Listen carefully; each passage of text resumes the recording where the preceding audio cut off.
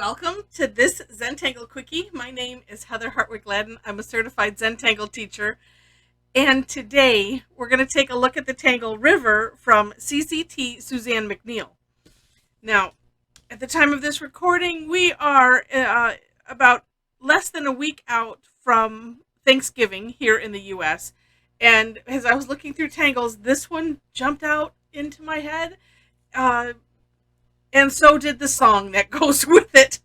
Um, and Yeah, so you're welcome. And now it's going through your head too. I'm gonna spare you. This is about Zentangle and not about me trying to sing. Not gonna put you through that. All right. So anyway, this tangle starts off with drawing a squiggly line, and what I'm gonna do, and a thick one. I'm gonna use this Micron 12. If you don't have a thick pen, you can always just do two lines and color in between.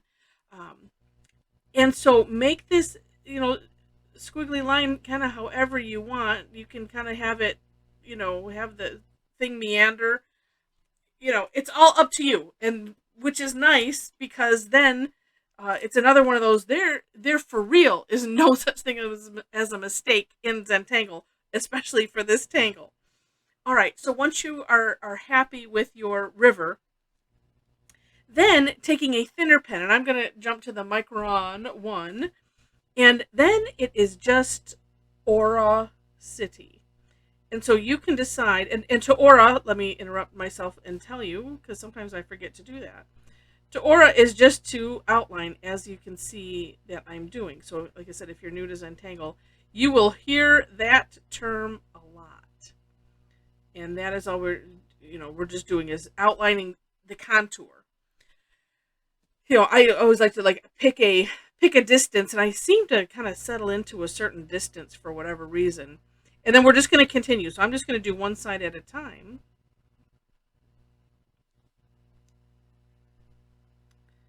And then following the contour as best you can. And sometimes like here, you're not going to get all the way up there, and don't even worry about it. That it can kind of just, make a little bump. And, sometimes these, as you go, things kind of, well, that was interesting. I don't want to say level out, but sort of, it's like this is a little less steep than this, and this a little less than this, and this a little less than that. You want to keep something in there so that way you don't just end up with straight lines, but sometimes it is kind of natural when you're doing aura-ing like this, just one aura after another aura after another aura, that the shapes kind of change a little bit, and it's fun to just kind of, it's almost like watching what happens. And then with that, you can do some guiding of that by watching very carefully how you're auraing. So like I could have, say here, if I had made this one a little bit steeper, then it wouldn't be flattening out as much. But then again, you can, like here, I decided to make that one just a little bit steeper. And so you can kind of sometimes change things a little bit as you go. And we'll continue this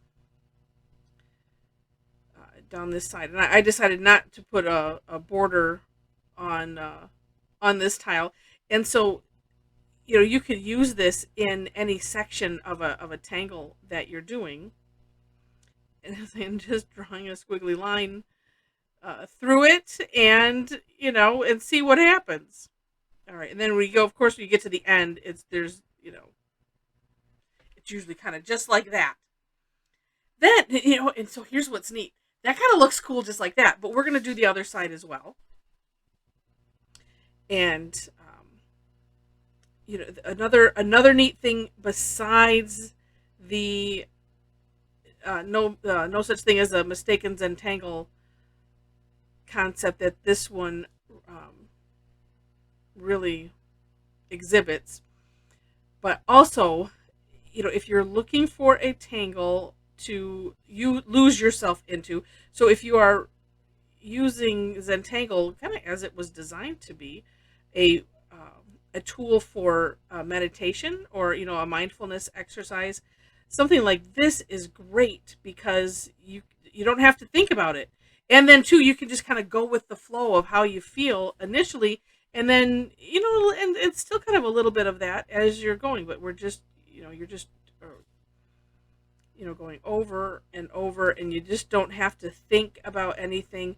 Although I would recommend making sure to, depending on how big of a section you're doing, take an eyeball break here or there, so that way your eyes don't get too fatigued, and that just depends on the person.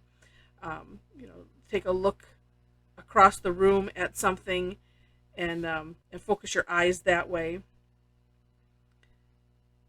and then making sure to breathe and all of that. So I mean, there are some tangles that seem to be a little bit more or less intensive as far as paying attention to what we're doing and having a focus. And like I said, this one, it just kind of, it flows, and it's kind of nice to have something like that just flows. And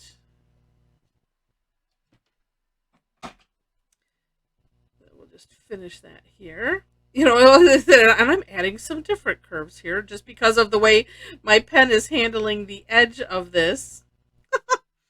And there we go. All right.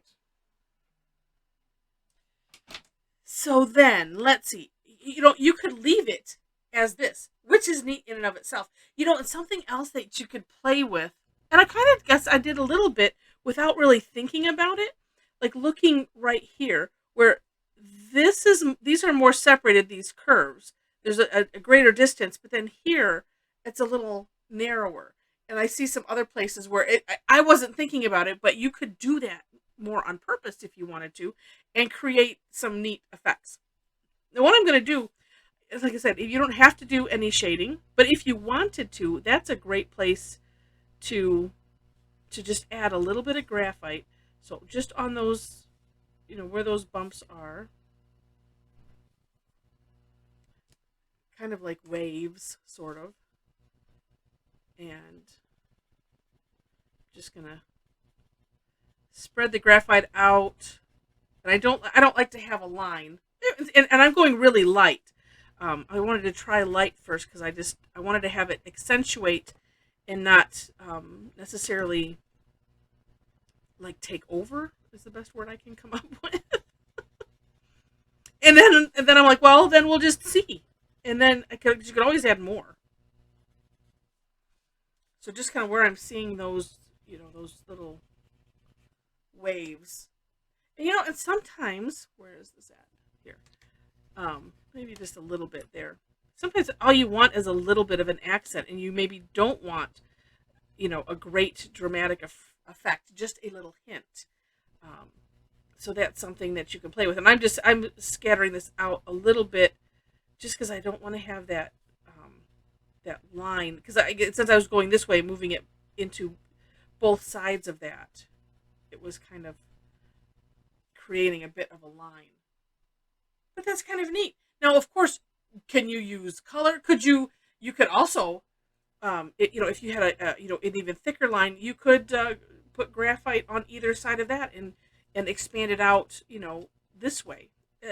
It's up to you, and it's kind of fun to play with in that respect. And I'm thinking about that because actually, since I didn't take the graphite, I didn't take it all the way up to that initial line. And so what's neat is because this is a little bit whiter than, because I have the graphite below that, and it creates a neat effect. So you can have tons of fun with this. Just like I said, using your creativity and stuff. So, and just play, have fun and play. So if you enjoyed this, would love to have a thumbs up, a like. Share the video if you know other people that like to do this kind of thing, and also I would love to have it or I'd love it if you would like to be a subscriber to the channel. Subscribe to the channel, of course, is free, and after you hit the subscribe button, make sure to hit the notification bell so that way you can determine how you want to be notified, if you want to be notified at all. In the description section, you will find the step out, as well as ways to connect with me. If you enjoy my videos and would like to join me for a live class. Actually, me and usually my mom, whose fault all of this is. That's our little joke.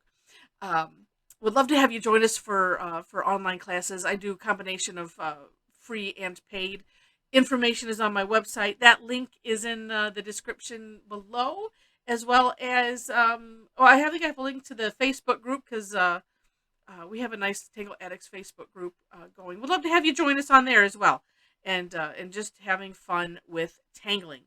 So with that, thanks again so much for watching. I really appreciate it. And if you're watching this now or within this week, for those that are celebrating Thanksgiving, I'll say in the U.S. or otherwise, and if you don't celebrate it, there's what a great idea to just celebrate, take a day and be thankful, as I am thankful for all of you watching, for all of my newly found Tangle friends, and well, for the last couple of years now anyway. Just so thankful that so many are enjoying, and that I'm able to share this wonderful method with you. So thanks so much, and I wish you happy tangling.